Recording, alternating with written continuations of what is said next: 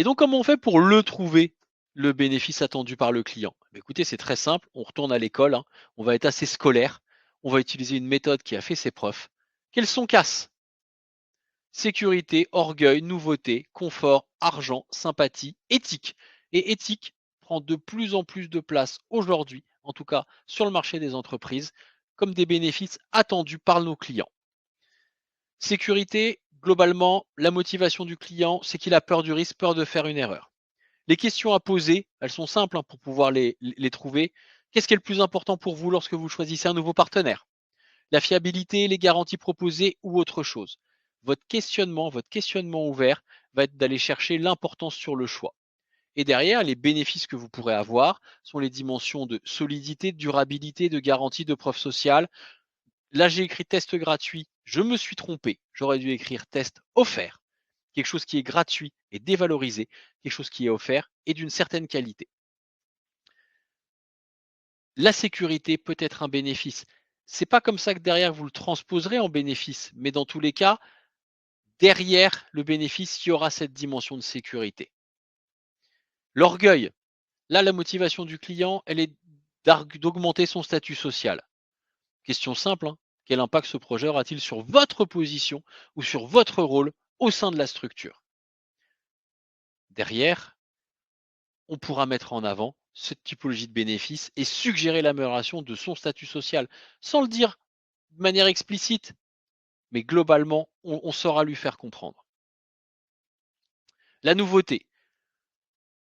Les early adopters, ce qu'ils cherchent avant tout, c'est d'obtenir un nouveau bénéfice et d'augmenter leur statut social. Et là, de la même manière, question ouverte, est-ce que vous êtes plutôt du genre à traiter de nouvelles approches ou est-ce que vous préférez rester sur des choses qui ont déjà fait leurs preuves? Là, globalement, on l'emmène tout de suite sur cette dimension-là. La réponse à sa question sera très claire sur cette typologie de questions. Et là, dans l'idée, la dimension d'exclusivité, d'innovation, de jamais vu, peut-être même cette possibilité d'offrir à votre client quelque chose qui n'est pas offert par la concurrence et de l'aider à monter en compétences ou d'offrir lui-même un bénéfice à ses clients peut être extrêmement important. Le confort, là, c'est des personnes qui veulent gagner du temps, qui veulent gagner du bien-être. Les vendeurs de solutions type CRM, chatbot vont très certainement aller chercher le confort en termes de bénéfices. Et là, c'est dans l'idéal. À quoi ressemblerait une solution qui vous simplifie vraiment la vie au quotidien? Et là, vous allez récupérer pas mal de choses. La force aussi de cette question, c'est qu'elle peut permettre à votre interlocuteur de se projeter dans le futur. Et plus vous allez aider votre interlocuteur à se projeter dans le futur, plus il va se projeter dans la vente, plus il va se projeter dans l'utilisation de votre service ou de votre produit. L'argent, le nerf de la guerre, mais ça peut être un bénéfice. Économiser de l'argent. Comment mesurez-vous le retour sur investissement dans un projet comme celui-ci? Ce- Cette dimension de retour sur investissement comme bénéfice, en fonction de ce qu'on vend, bah, elle doit être présente dans 90% des cas.